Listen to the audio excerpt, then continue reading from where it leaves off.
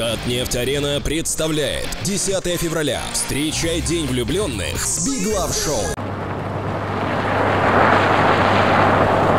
250 километров на снегоходах. Сначала 12 часов до деревни Ушма, а затем еще сутки до перевала Дятлова. Температура минус 35 и снежные бураны. Находиться там просто нереально.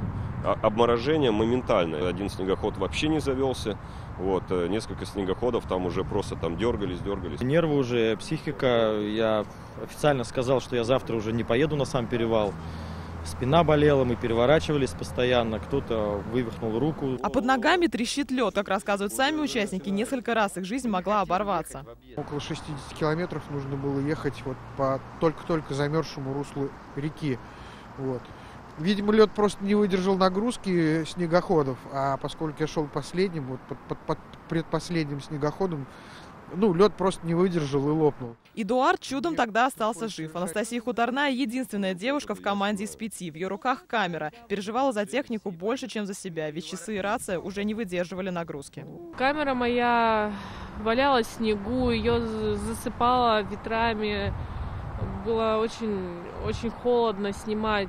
Наконец, долгожданный пункт назначения. Высота 900 метров. Беды никто не ждал, но дух перевести не успели. Мы не ожидали, что из-за гор выйдет этот буран и просто нас настигнет это произошло 5-6 минут буквально.